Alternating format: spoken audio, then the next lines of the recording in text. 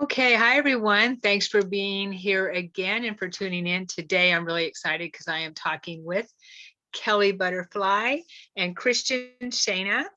They are a couple who stole my heart recently when we met in a group that we were both invited to, I believe, by Catman. And I just love what they're doing. They have a connection to Sasquatch, which wow, I'm like, I got to know these people because I'm kind of obsessed with Sasquatch and that energy as well, and star elders, star people, star nations, that type of thing. So, you know, all the stuff that that's really exciting, all that exciting connection and energy. So thank you for being here, Kelly and Christian. Thank you. Yes, it's an honor to be here. Oh, well, thank you. So could you share a little bit about what your services are to the planet now and what you are excited about and your passion with your work? Yes, certainly. Well, I guess our primary focus is really more, at least I can only speak for myself, but we're partners, we're on the same path here. Really soul growth and evolution, and helping others to be able to achieve the same, through healing karmas, even, healing physically, different things like that, but also earth stewardship. So taking care of the planet and learning what we can to live peacefully with nature and with the animals, and to use the herbs and the plants and the roots and things like that for healing. So ultimately, I guess I'd have to say that that's my passion, and that's what's really the driving force of why I'm on this planet right now. But also, of course, it's to share the Sasquatch message, which is reflective of the way that we live. And so the Sasquatch, I'm in telepathic communication with them, and I published the 3 Sasquatch Message to Humanity books. The first 2 was channeled material given to Sunbow, who's like my spiritual brother. And the 3rd book is several contributing authors, including myself and Sunbow and quite a few others that have that we know personally that had received messages from the Sasquatch.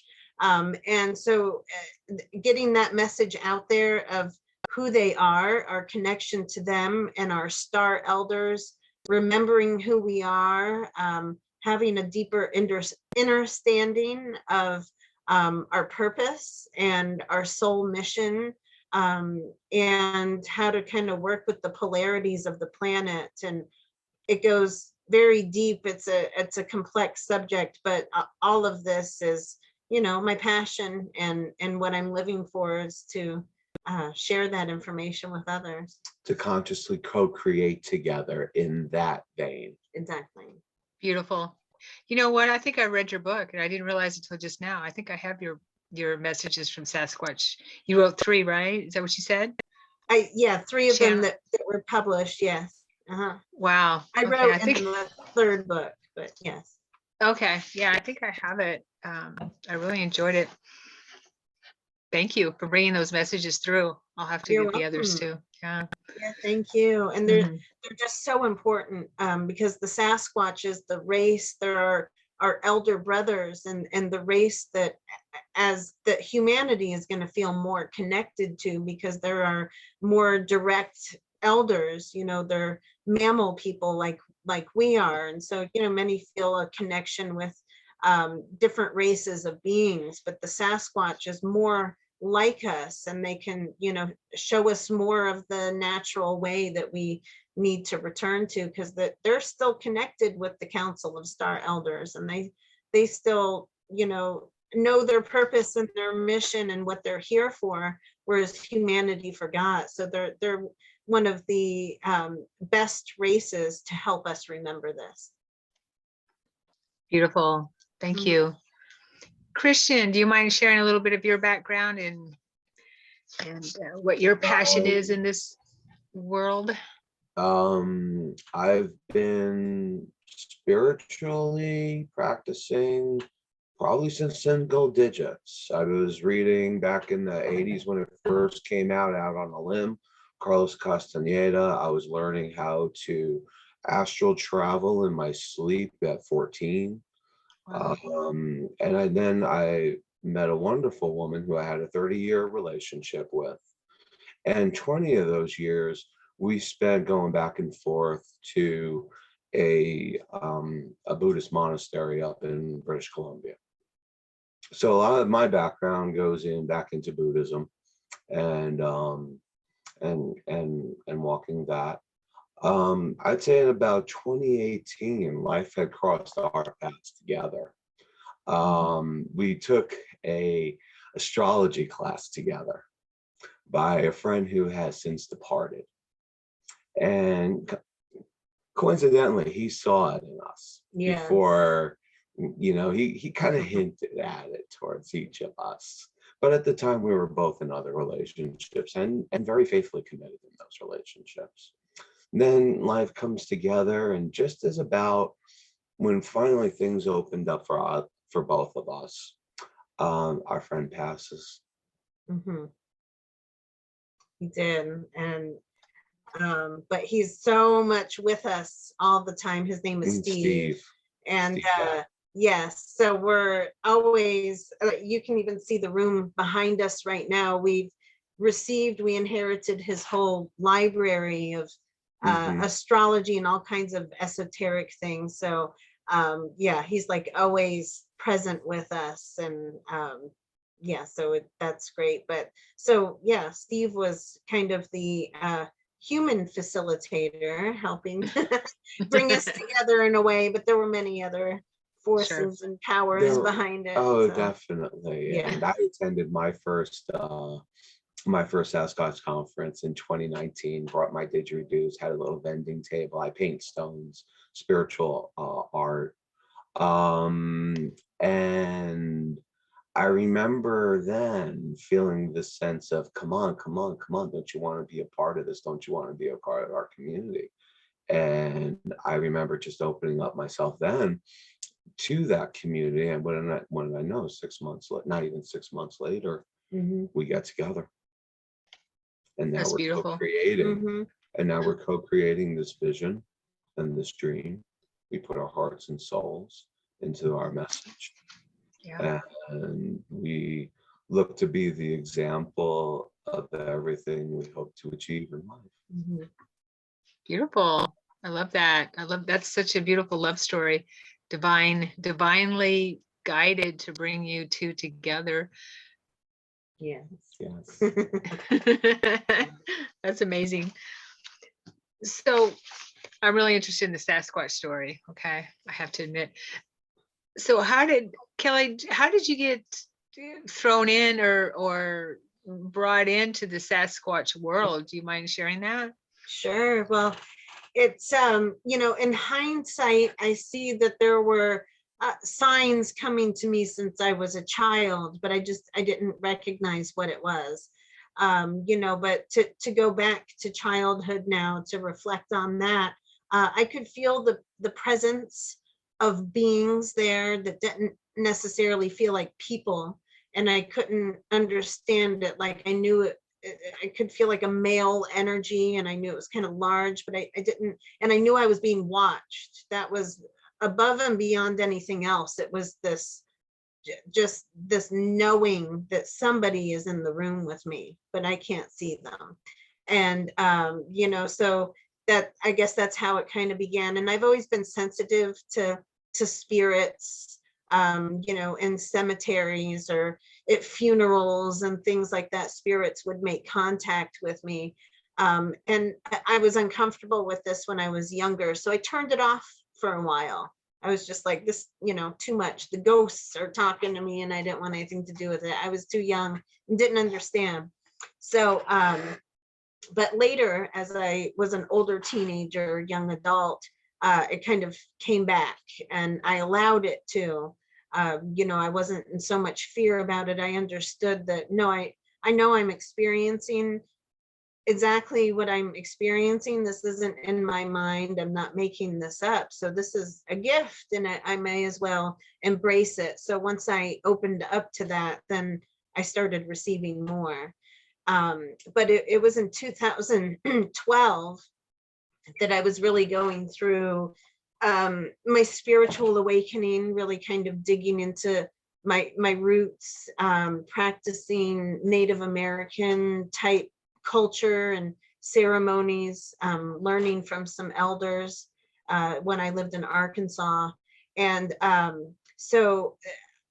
and that's about the time at the end of 2012 is when contact was really made, and when everything shifted and changed for me.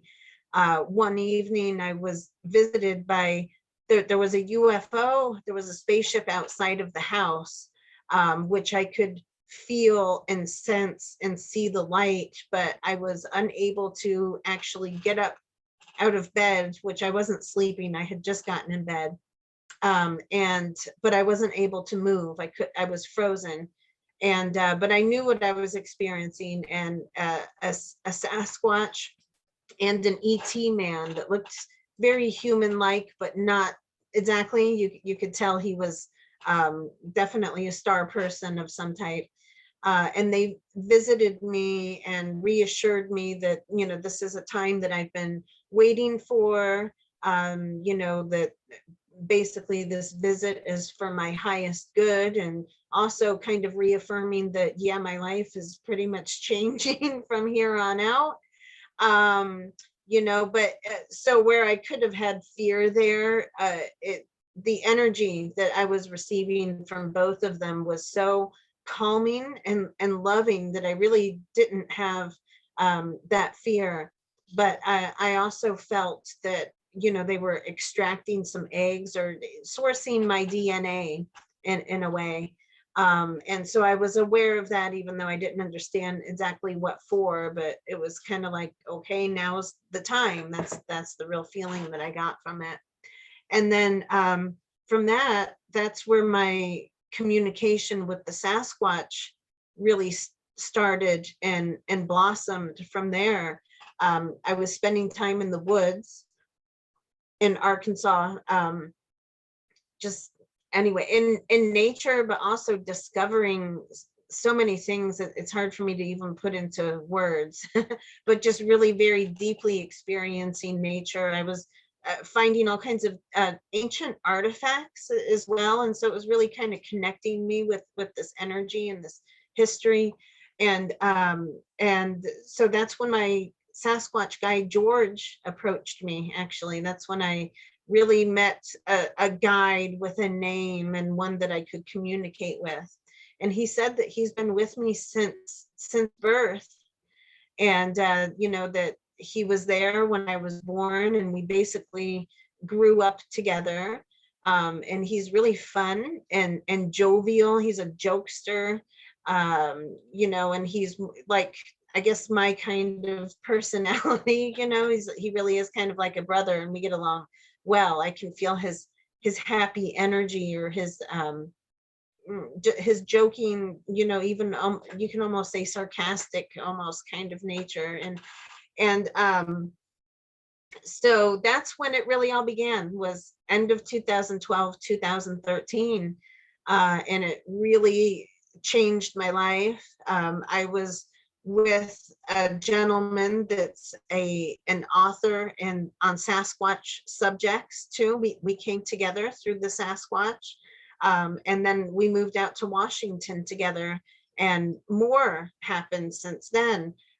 That's when the Sasquatch really started inspiring the, hey, you need to have gatherings, and you know, it's time to bring people together. There's more that are experiencing the Sasquatch, and I was blessed enough to have the gifts and talents, I guess you could say, to be able to organize something like that.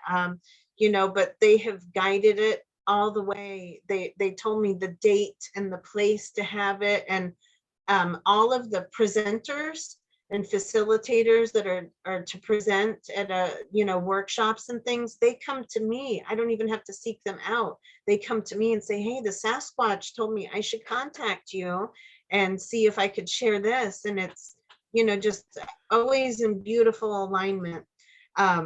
And so that's kind of been the journey, and we still are having these gatherings. It continues to evolve. It started off more as a conference, and then it turned into a camp out retreat with the conference. But since the pandemic and different facilities have shut down, the place that we used to have it has closed, and so we had to find a new place. And we moved it to the campground out by the lake, and it's beautiful. So we're outside the whole time in nature. Even the quality of the guests and the energy and the workshops and everything continues to evolve and improve. And everybody that attends, I get so much positive feedback about how healing it is, or how it's really changed their life, or really opened up whole new perspectives and things. And this is what the Sasquatch want too. So, so far there's been, like, if you count all of these gatherings, there must be close to 800 people that have attended over the years. Nice. And so they're going back to where they're from. Several of them are international, so they're going back to different countries and sharing with other people. And so the message is getting out there, the energy is getting out there. People feeling this just immense love and having these revelations of however they experience it, whether it's a personal contact with the Sasquatch, one-on-one receiving channeled messages, or if it's some other kind of sign or guidance that they've gotten from them. But it really changes your life when you make that contact, when you start to develop a relationship with them, and when you can feel that love that they can send out. It's incredible, and there's not hardly words to describe it. That's beautiful. Thank you, Kelly.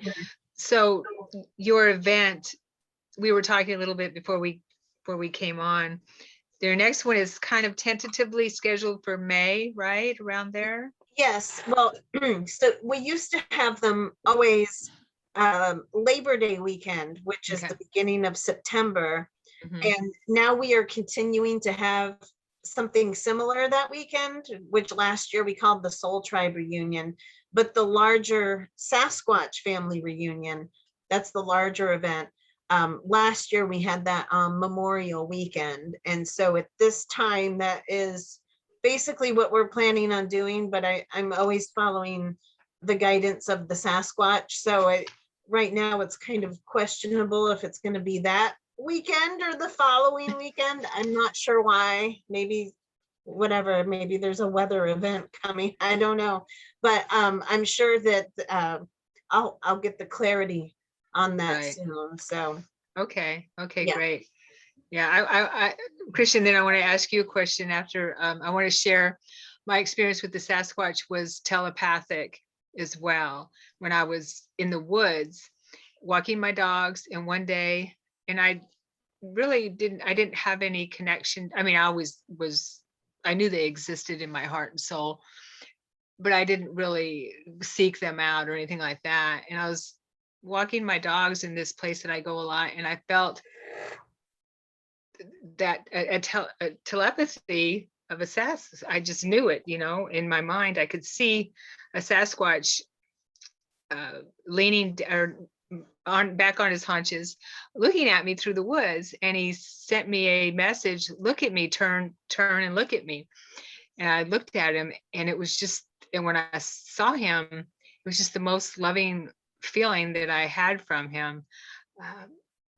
And then we developed a relationship after that, and he would connect with me there a lot. Every once in a while here at home, but he liked to connect with me there, and he'd tell me stories about his travels, things like that, when he was looking for a mate, when he found a mate.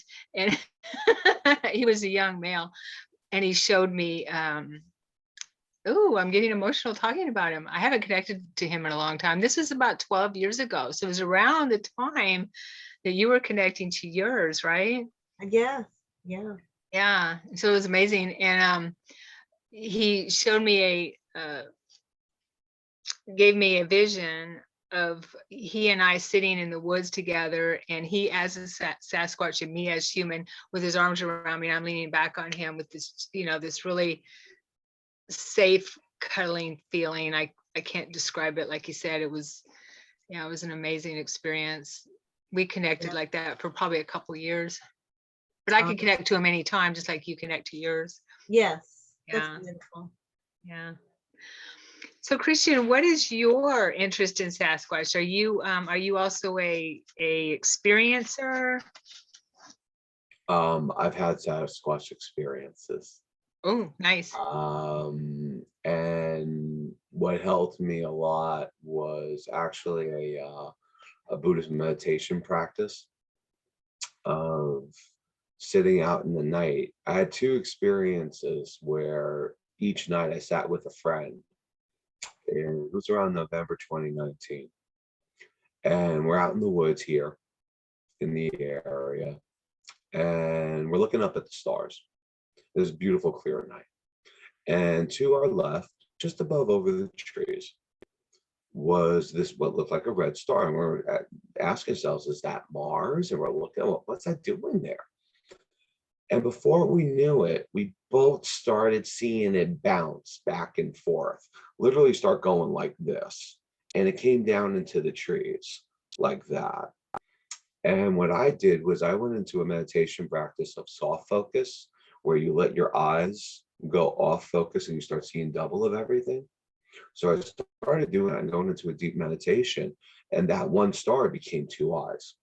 And beyond that, all of a sudden, a very simian frame kind of opened up, and it was like you're holding a torch up, and their features would glisten golden as you're looking at them. And he was going from tree to tree to tree to tree, in a very simian-like manner. And I realized that bouncing was his shoulders going up and down as he was going through trees. And I continued to observe this for over an hour, for 2 nights straight doing this. And one Sasquatch all of a sudden became 3. And after a while, then they were everywhere, lights all around in the trees. They were just everywhere. I'm looking, this is out of my eyes. I'm not seeing this out of my mind's eye. I'm seeing this physically, even though it was like looking at them energetically. It was like looking through a tunnel into another dimension, but it's right in front of you. And then after a while, there was this little aquamarine guy with big black eyes, and he was kind of always trailing behind them.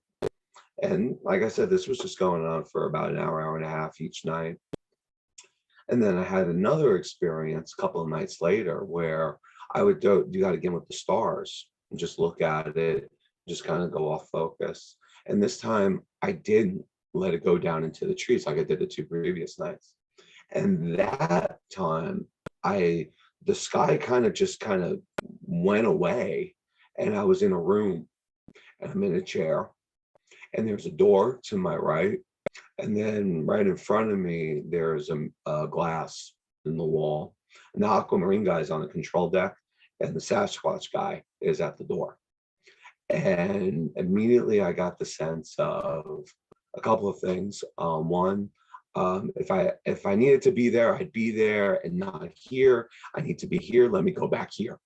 So it didn't last long. I pretty much on my own free will, not out of fear or anything like that, just felt like this is where I belong. I also had a feeling that the aquamarine guy was managing my vitals as I was in this chair. And because of the state I was in, the Sasquatch was guarding me at the door. Both very loving, both very protective. So Wow. yeah, Wow. pretty strong connection. I'm working a lot on active communication. I noticed during the night when I was watching them going back and forth that they kind of had a rainbow aura pulsating around their bodies. And what I realized about that is that I was at all of their 7 chakras, like we have, but they're all harmonized and they're Yeah. pulsating. And that's how they're able to harmonize their molecules and literally phase in and out of frequencies. And that's how they can just pop in and out of our existence. Okay. That was my next question. Yeah, wow, that's amazing. So the aquamarine guy, was he human-like or Arcturian. I get the feeling he's Arcturian? Yeah. Okay. Okay. Wow. That's amazing.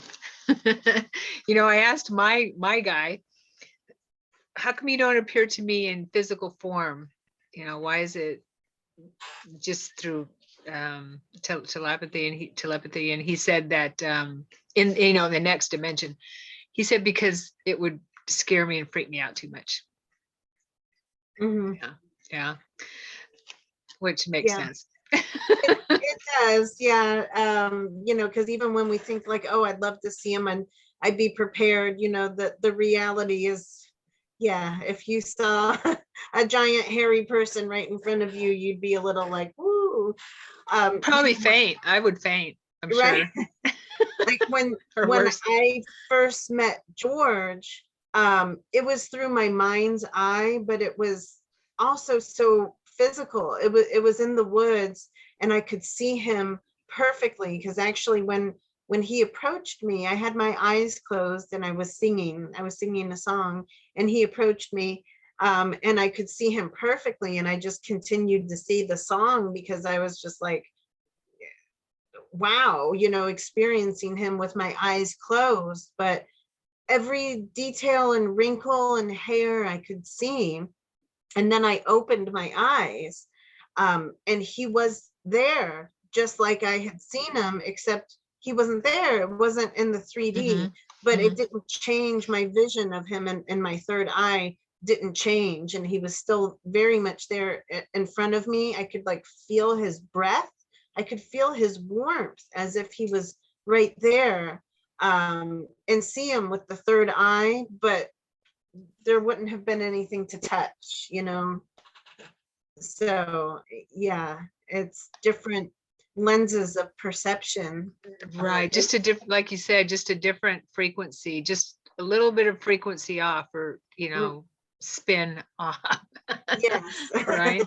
One of the things that the Sasquatch communicated to me was if I wish for them to be the gentle giants before me, they wish to see me be the gentle giants before all beings who are smaller than me first. So that's a practice I have really taken to heart. That's beautiful. Yeah. So I have so many questions. Okay. Do you feel at all that you have any existences as a Sasquatch? Because I Yes. do. Okay. Yes. Yes, definitely. I have little remembrances, little visions of different incarnations and things like that. I'm positive that I have been a Sasquatch. I really can't remember those, but the DNA is like so strong within me that's also part of the reason why our connection is so strong, is that I've continued to keep that connection through several incarnations. But still to this day, I mean, it also helps that I'm a Taurus and I love the earth so much, but I still feel within myself, how do I explain it? It's like the way that I feel emotionally, it has been carried over from a Sasquatch DNA or lineage in a sense, because I feel like sometimes I'm still in a Sasquatch body, or I'm still thinking with their mind or something. It's hard for me to put into words, but I feel very merged with that race. Yeah. Nice. What about you, Christian? Oh, definitely. Though I've had incarnations as Sasquatch. I've actually felt my body energetically go into my Sasquatch self during meditations. And it's only for a few seconds, but many times over Wow. the years, even my breathing, it feels more like I'm breathing through a tube, but it has a cradle of the womb feel to it and a fuzziness, a warmth inside. Hmm. And reality, perception of reality is completely different through that. It's like you got the moon right in front of you, but you go to touch it and it's millions of miles away. Hmm. So it's a different perception. Um, uh, they're definitely part of my inner collective. I personally feel that each soul is a collective in of itself, of many factions, many races, many hybrids, many beings, and Sasquatch is definitely predominant in that. Yeah. Most definitely. Mhm. Yeah. Thank you. I agree. So, Christian, you mentioned something about the Sasquatch being able to travel interdimensionally. So, do you feel that that is might be why we don't see them that much in physical form? Um, well, I've for myself, my own journey, I have replaced time, space, and dimension with the word frequency. Mhm. That's opened up for me all new possibilities. So for me, I look at it as part of their protection, a part of their abilities, that they can just harmonize their frequency and they can phase in and out where they need to be when they need to be there. So I see it more from that perspective. It's a capability we humans have, but have yet to unlock. Mhm. So they're guiding us. Yeah, and so they can reside from, what they've explained in the messages, from the books, is that they're able to change their frequency or their vibration, so that it's still very much parallel alongside ours, but we just may not be tuned in to that radio station that they're at, um, but also, besides that, there's all kinds of different levels of consciousness. And so if most people aren't aligned where they are with their consciousness would be at a different density, which would be more like the fifth dimension. And most of humanity isn't there. But if they were, they would be able to sense them, much easier. We're not able to perceive what we don't believe. Yes, I agree. So you have to Totally. be able to open yourself to the fact that they even exist. And Mhm. then even then, really work it where you could feel it's totally believable that you would be standing in front of a 15-foot giant. And Mhm. then there's all the fears that come up with that and all of that. Well, are they going to, is this going to be from a faction that, what's going to be like, just the unknown kind of stuff. So, I think all that plays a role. I had an experience with my computer monitor, where I had this wallpaper screen of a babbling brook, and I've had it up for a few years. And I would see faces in it, all sorts of faces, all into things. So, as you look into things, more always reveals. Well, one day I'm sitting there, and all of a sudden, my mind feels like it's being Rubik's Cube, like this.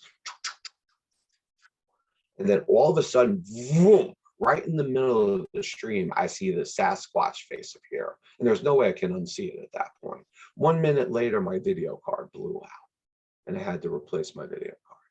Wow. So, in talking about that, what was really important and very much the lesson in that was the Rubik's Cube. And that's what, for me, I'm realizing in order to see them, I really need to Rubik's Cube my mind and perceive a very different way. That makes total sense. Definitely. That's why some people can be out on the streets and, 2 or 3 or 4 might be able to see a UFO and others can't or don't. Have you ever walked into a place in like a public store And you notice as you're walking in and you're shining your light, people are just naturally averting themselves. They're just naturally turning away from you. They're naturally going into things, and they just tune you out, tune you out. It's a frequency thing. Yeah. The frequency range is sometimes too great. I'm not saying that, you're shining brighter than everyone else, but what I'm saying, everyone's where they're at. Right. And a lot, and we intermix in these frequencies. Totally. We're all allowed our free will to live within our own frequency. And a lot of times we just don't connect. A lot of times, a lot of ugly things in a lot of other places, like billboards and stuff. People will tell me about, oh my God, I can't believe what I just saw. And I won't see it. I just won't see that stuff. I refuse to, I don't allow it in my spectrum. In your awareness. Yeah. Mhm. That's a psychic told me a long time ago when I was seeing psychics quite a bit, around 20 something years ago, that she says, do you ever feel like you're invisible to people? And I'm like, yeah, all the times, or especially if I'm driving down the road or walking down the street or whatever, people run into me. Oh. And she explained to me exactly what you did, is that we're on different frequencies. Mhm. Yeah. If we're in a higher frequencies, people just don't see us or aren't able to perceive us, like you said. Mhm. Yes. Yeah, it makes total sense. Now I know why people, a lot of people will cut in front of me or something like that, and I'm like, oh, they just don't see me. That's it. Right. Because it includes your car, right? Mhm. Yes. Yeah, anything in your What you energy field. Yeah. Yeah. Mhm. It's just tuned out. Fascinating. I love it. I love that. So do you, obviously I believe that you probably will agree with this, that there is a correlation between UFOs and Sasquatch Oh yeah. Definitely. sightings, that Oh, type of yeah. thing. Oh Yeah. yeah. There's numerous, probably hundreds of stories where Sasquatch and UFOs have been spotted in the same area, or even some reports of people seeing Sasquatch coming off of ships and things like that. But they explain also that some of them are trained in different areas. They work in different areas. Some of them, work more with consciousness. Some are working in the inner earth, deep underground, and some actually pilot ships. They've learned how to use that technology. Not all of them, but some do. Mhm. Wow, that's amazing. I don't recall seeing any Sasquatch when I've been on the ships, but then I probably have less than 0.5% of my memories, or even less than that. But Right. Christian, you saw Sasquatch on a ship. Kelly, do you have any? Well, either one of you, do you have any experiences or memories of being on ships with Sasquatch? Any others? I do. Yeah. Okay. I've been on many kinds of ships for different reasons, but the ones where I recall the Sasquatch, one is a ship that I go to occasionally, especially in dreams, and it's for lessons or for upgrades. It's the terrapin. They call it the terrapin something.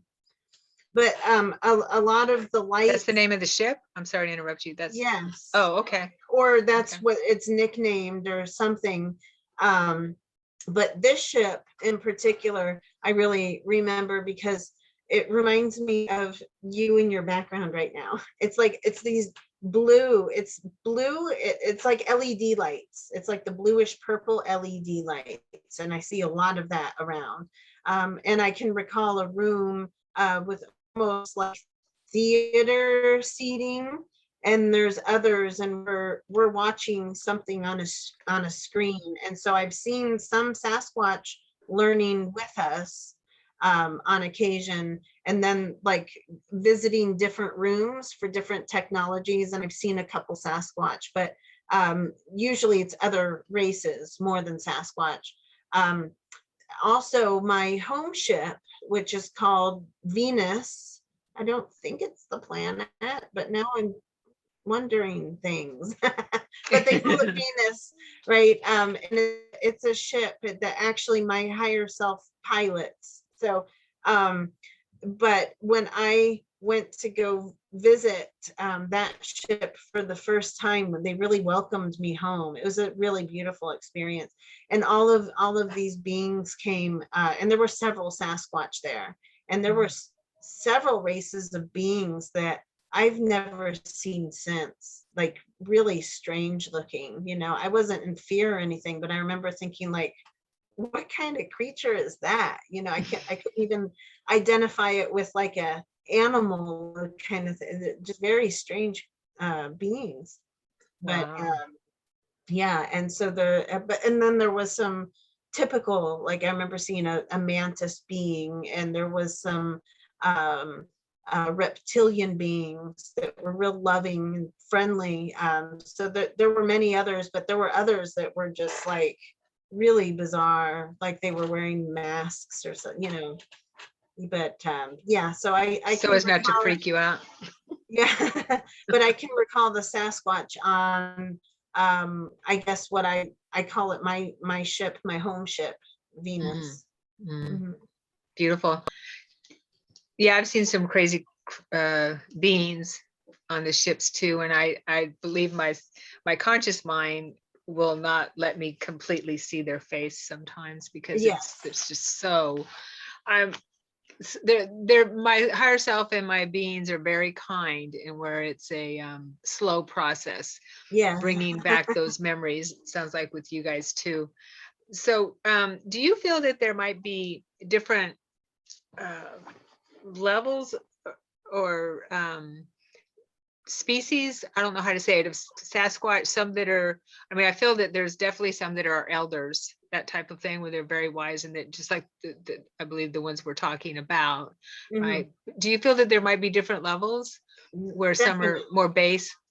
Everything under the sun. Definitely. Yeah, you know, just like humanity, you know, there's Mhm. all different levels of consciousness and intelligence and everything like that. Mhm. So Sasquatch are similar, you know, like I said, sometimes they're located in different places. They might be flying ships, they might be working underground, they might be working with humans or with other beings as guardians, so to speak, almost like, you know, more conscious guidance, almost like a guardian angel, in a sense, the way that they work with us. But then there's also, you know, the ones that are here on Earth, and so being in this lower density, they will also be subjected to that too. So some of them may not be as friendly.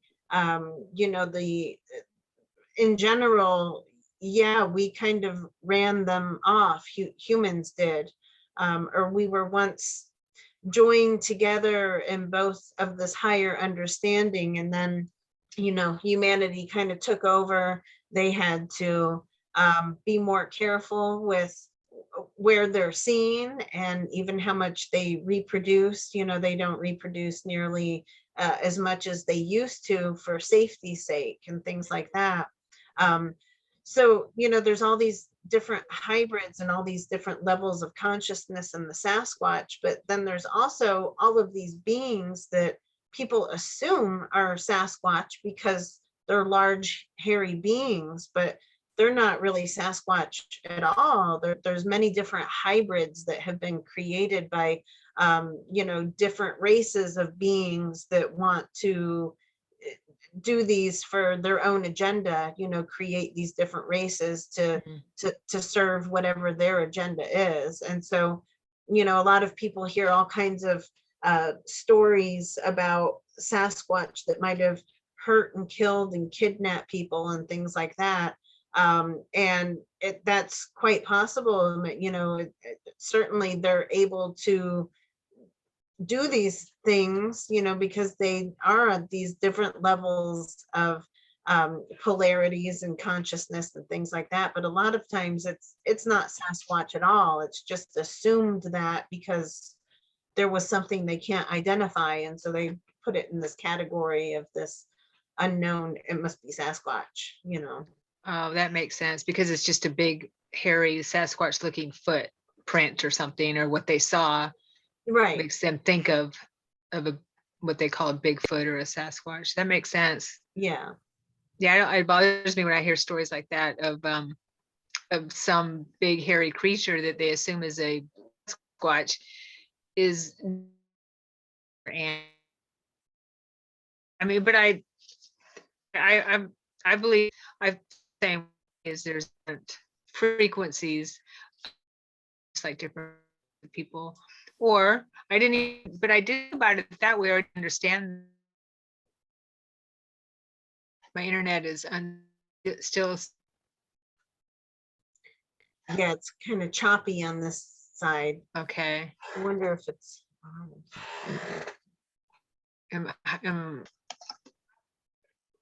yeah, I didn't think about that these Sasquatch-like beings may be some kind of a hybrid or experiment. I mean, there's so much that we don't know that's going on the planet where people or other beings are creating almost like monstrosities. Reminds me of Atlantis. I mean, I believe that we're in the time of Atlantis now anyway. yes. Yeah. In the bigger picture, on the soul level, that's just continues to happen too. You know, even with humanity now, we kind of see this agenda where they're really trying to merge an artificial intelligence, you know, with us and things like that. So it's a continuation. It happens with all races, and ultimately, it's meant to serve soul evolution, but it depends on the level of consciousness of the creators. Mm-hmm. Yeah, that makes total sense. So I understand that you also do you channel star beings as well? I do. Kelly? More Sasquatch, but it's Okay. kind of like whatever really comes through. Yeah, whatever chooses to come through. Sometimes I give readings for people, and you know, a different being or a different kind of energy will come through for a message for them that I wasn't even familiar with before. So yeah, I just go ahead. allow myself to be of service, you know, to any benevolent beings that. Right. Yeah. That's awesome. That's how I do it. I just, okay, use my body as, you know, it's always for our highest good, my highest good. They know that. So if I remember correctly, in your book, and I believe I have one, you channeled information about, if I'm thinking of it was years, when did you write that? Because this was like about 3 years ago, I guess, that I read it. The first book came out in 2016, and then the second in 2017, and the third in 18. So they. Okay. Yeah. So did you channel information about ancient races and how the universe was? That was your book, okay? And yes, not the universe, but that was through Sunbow. But yes, Sunbow, okay. I know that information pretty extensively. So okay, Sunbow, that's right. I knew it sounded familiar. And he was, or the Sasquatch was talking about the ant people, right? Okay, all right. That was fascinating to me. And they talked about, did they talk about a galactic war? Yeah, all of the above, kind of the history of Earth, you know, the history of humanity, but the races and the evolution of Earth, you know, where when the planet was first born or was first able to hold life, the primary intelligent species was the fish people. And so there was so many more hybrids than you can ever imagine. They weren't all just mermaids, you know, I mean, there was all kinds of different fish people.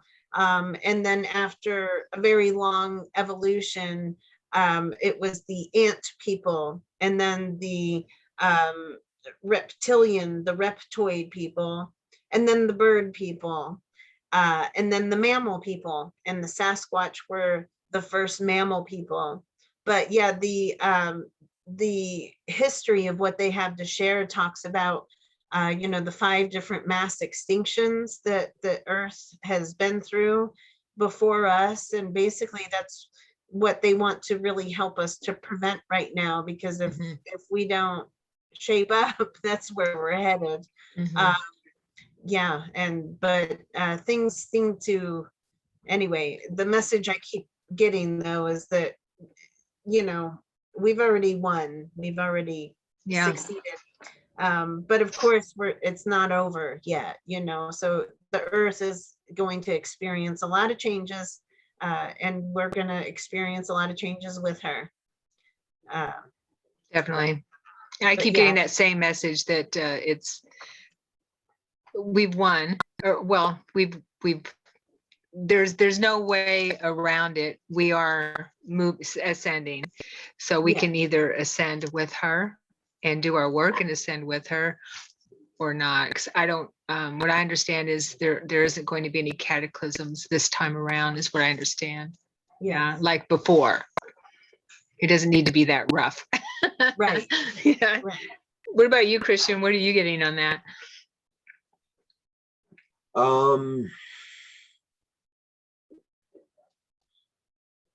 Yeah, pretty much what Callie said for the most part. Yeah.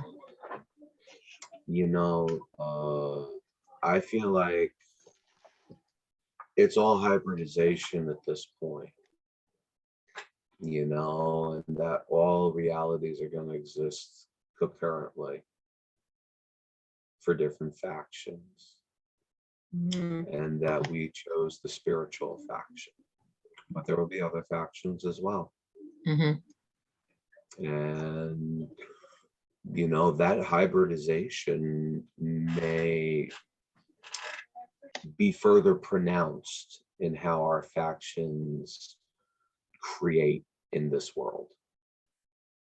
You know, so some are headed for oblivion, some are headed for unified consciousness through technological means, and some are looking to work with organic technology and spiritual development and growth. And none of them are bad and none of them are good. It's just whatever's right for you. Just different. Yeah. Yeah, I've been getting the same thing, different, what we call different timelines, maybe. Yes. Yeah. One of the things about, you know, Kelly's been reading book 1 to me every day, a chapter or two. Yeah, we're reading what? We've been reading for the past month or so. The first Sasquatch Message to Humanity. We're rereading it right now for great refreshers, because you get more out of it every time you read it. And we've just been reading about all the wars and the ant people and the reptoids and the lizard people, and they're not necessarily the same, the lower lords. But it was interesting. We had noticed that at one point the ant people, when they were in the war with the reptoids, they offloaded their collective consciousness into AI, and then started creating synthetic beings. That's interesting. You know, right now we're working with AI. That's what we're doing. Yes, I remember that part now. Yeah, and weren't they on Mars? They were on the moon. The moon. Okay. They hollowed out the moon. Yeah. They made synthetic. They created the moon that we have today. Yeah, that is so funny. I got that information 15, 16 years ago, that the moon was not an actual planet. It was actually a vehicle.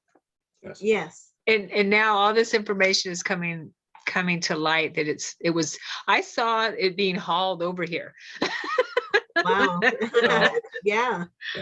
So I love having confirmations like that. So they created the moon, the ant people. Yes, and they positioned it exactly where it is, so that we can experience eclipses and things like that. So okay. Wow, that's crazy. We don't want to say they created the first moon. They did not. The first moon was destroyed. Yeah. They basically hollowed it out and used it for its silica to create synthetic life beings. They were being bombarded, from my understanding of the book, by things that were just killing out their species. So that was the way they found themselves to make themselves immune. Okay. It was a survival tactic. Mhm. Fascinating. It's crazy because we don't know our actual history of humanity, other than Adam and Eve. Right. And but it doesn't really, and there's a lot of stories, and I'm not I'm definitely not, I'm not a scholar of the Bible. No way. I was raised Catholic, so I was not a very good Catholic. So I didn't read very much of the Bible, but I do understand as I get older that and I read little passages every once in a while, while I'm doing things, but there's a lot of our history, our galactic history in the Bible. Yes. Yeah. It's Yes. just From a viewpoint, yes. from a different viewpoint, from the viewpoint of people in those days, I guess. We didn't know how to describe it, maybe. Right. Yeah. And in other holy scripture writings, there's lots of information about our history with the galactic wars and different types of beings, the giants, the Nephilim. Oh, Uh-huh. yes. Most of the true history, though, has been eradicated. It's been very selectively chosen to be removed so Right. that we wouldn't remember that. So there's very little left, and it's just little snippets of the story. And that's part of the big reason why the Sasquatch sat Sunbow down to write all of this out, so that we can help to remember that. Mhm. Because they say it's important for you to start to remember this history, you believe it or not, but this is how it is. This is the history of the planet, and it's important for us to remember that so that we can begin to heal and see the bigger picture and understand these cycles and these patterns that we continue to go through. Yeah, definitely. I don't know. Are you familiar with the Law of One teachings? The Raw? Yeah. Okay.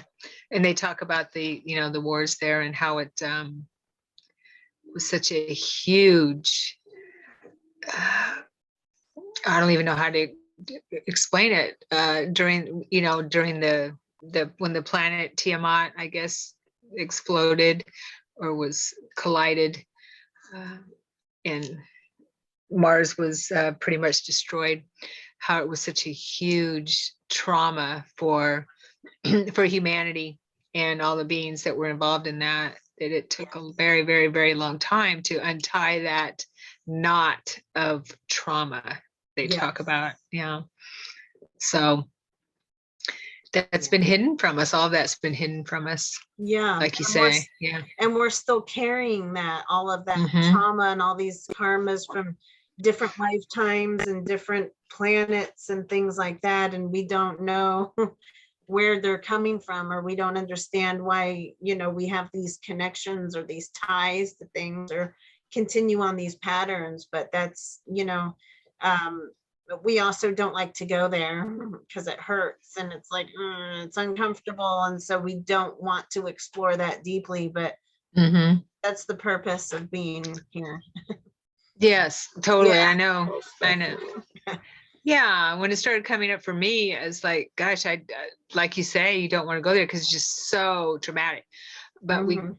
it's something that we have to heal sooner or later, right? And But when you do finally face it mhm. and see it for what it is, and you move through it, you never have to live it again.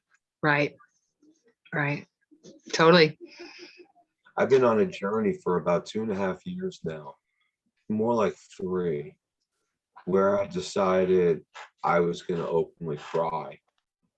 I was just going to openly cry. And it wasn't like a poor me thing. I just realized I didn't want to carry this heaviness anymore. And, I grew up in New York. Like, I was born in Queens, and you don't cry, especially if you're a boy. You don't cry. I've gotten beaten up as a kid, jumped on. I didn't shed a tear. I made the dry motions for 4 months before the first tear came out. What I realized through that crying and openly crying and embracing crying. First, the thing I want to say is we're told that, it's really shameful to cry, and that makes you cry baby, and it's like one of the worst things you can be. It's weakness. I've never felt so strong in my life, openly bearing this for all to see and feeling no shame in it. Nothing ever came even closely as powerful as that feeling that was given to me every time I did it.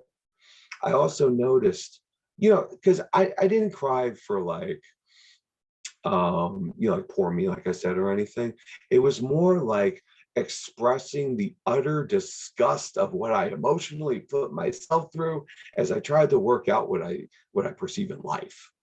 And in doing that, I realized that the tears were actual toxins that were encapsulating my heart, and the tears are the physical removal of my heart wall. And that's why we're told never to cry, because it's our freedom. Oh, that makes so much sense. Definitely. So Wow. you let it go, when you're going through that disgust, you're looking for the root of what takes you, what got you there. And it's always self-realization again. And that's where you never have to live those things again. You have to live those way of thinking and those perceptions. You've put them to rest. You're at peace. Yeah. Yeah, it's profound. Definitely. Thank you for sharing that, Christian. Thank you. I know that I found that a lot of people have maybe lung disease or asthma, because I was raised, or not raised, but I have had, triggered asthma, allergy triggered asthma since a child. And my guys have always told me, you need to cry more, get that out. You need to cry more. Yes. We have to take the time. We have to actually take the time, like you said, and just do it. Get it out. I went to the extreme. I embraced it so much that many days I would literally be shaking with snot running down my face, pouring puddles. And there was this one afternoon that was crazy, because a half an hour before I had to pick up my son from school, I'm feeling this, and all of a sudden, face after face after face after face after face after face after face. And they were all doing the same motions I was doing. And when I was finally done with that, it felt like hundreds of faces. I knew I had a name. I knew I was in a body, and I knew who I was, but I had no idea who I had just become and how I was going to interact with life from here on out. And I just realized I just had to see the difference. I realized from that point forward, in retrospect, it was a total lineage clear. Yeah. Yeah. So it's profound. Definitely. You really embrace that journey. It's profound. It actually is the key to moving you through the Heart Sutra. Beautiful. Yeah, I hope people that are watching this in the audience will take that to heart, that we need to cry more.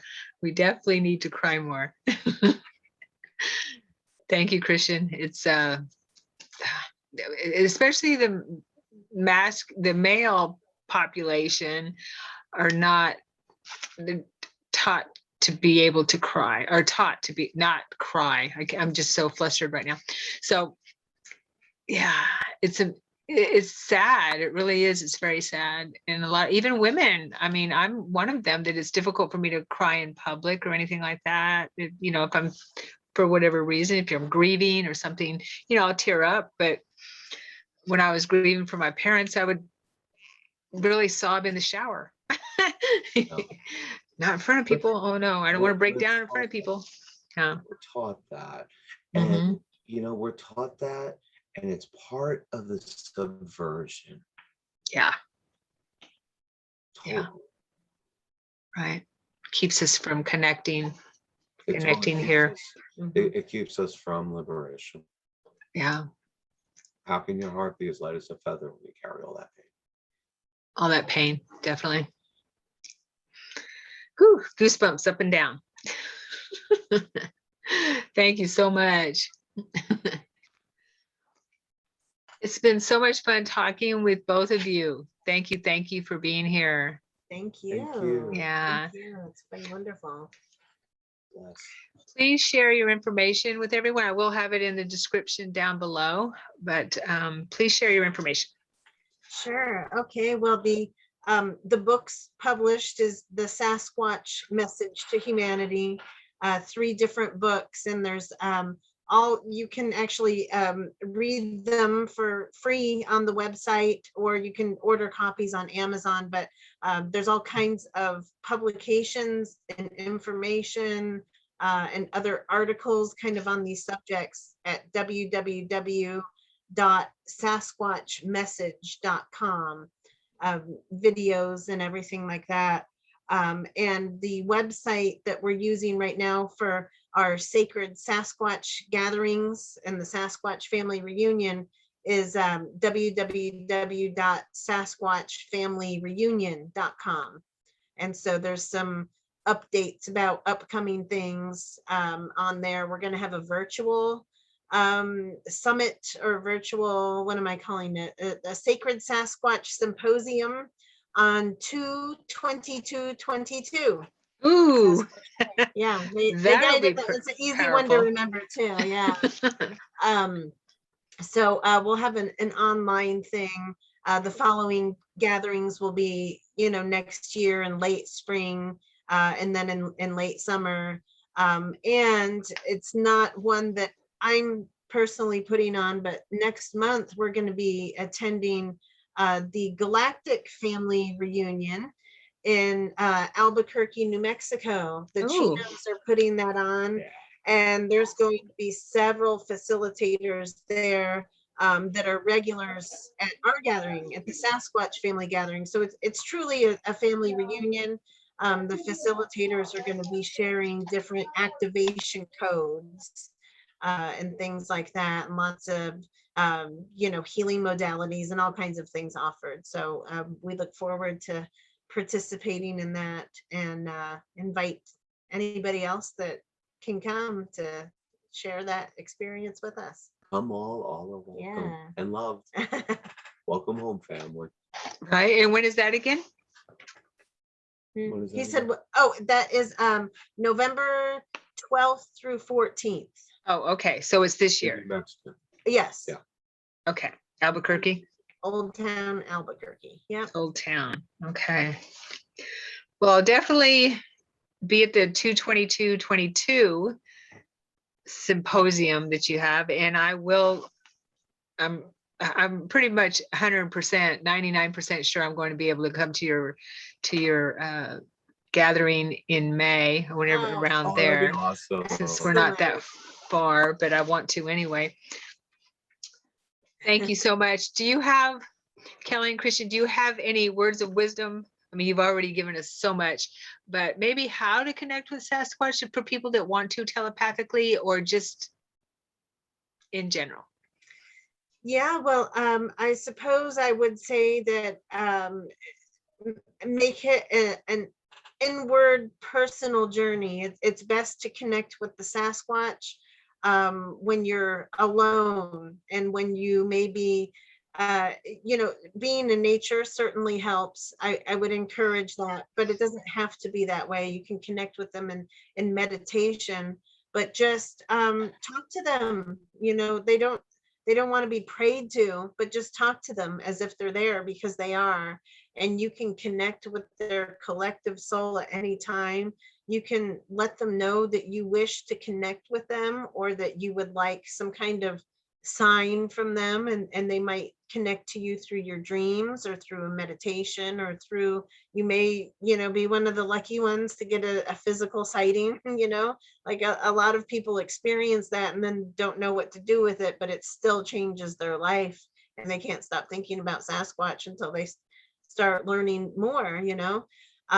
So all of these are ways that they can connect with you, but just let them know, especially from your genuine heart space, how much you appreciate them, or how much you really long to connect with them. And especially when it's for, deeper soul evolution purposes, and not just a curiosity like, oh, I'd like to get a photograph or something like that. They could care less. They they want to connect with us on a deeper conscious level. So leaving gifts, certainly, it's apples. It's not necessary. Sometimes they may not even take them, but they appreciate them. I leave tobacco, or I also leave gifts that with them in mind, but I leave them for the earth. Like I make Orgonite, or leave different crystals in different parts, and so I let the Sasquatch know I'm leaving that there if they'd like to take it, but it's also just to help improve the energy of that area. And so they're happy with those kinds of offerings as well. So all of these are things that you could do to to connect with them a little bit better. But just know that they're there. You could just talk to them as if they're there, even if you don't feel them, and they know your heart. They communicate with us all the time. It is us who have the ability to communicate with them, and to even understand that. I've experienced this personally recently. I had a thing that I wished for in life. It didn't quite come out. Then I asked for their help on it, and it didn't quite come out how I thought it would come out. And I was puzzled, inquisitive about it. And when I really looked at it, I had to admit to myself that a lot of my own intuition maybe wasn't actually my own intuition, but was communication, and I failed to recognize it as such. And in so doing, I also ignored my own communication to myself. So what I'm trying to say, I guess, is we trip ourselves up, or at least I know I do. And I'm learning to correct that. I've also found that their form of communication is not words. That's a human thing. So to really communicate with them, well, then let's communicate like a Sasquatch.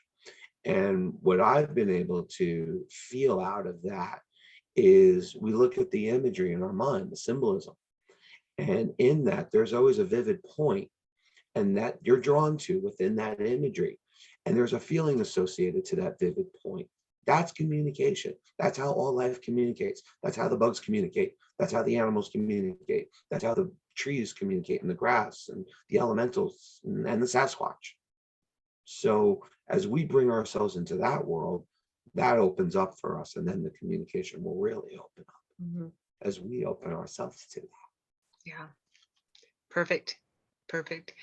Thank you. Thank you. It's been an honor to have you here. I love you both. It's an honor. Thank you. We love you. Thank Yes. you. Thank you. Yes. And thank you everyone for watching. Please subscribe if you're not subscribed. I'm supposed to say this because it's YouTube, right? Subscribe, like, share, and I hope you enjoy it, and make comments down below. That helps get the video out even further. So thank you again for being here. And for all those out there who align with us, bless you and thank you. Bless. Thank you. Mwah. Okay. Thank you.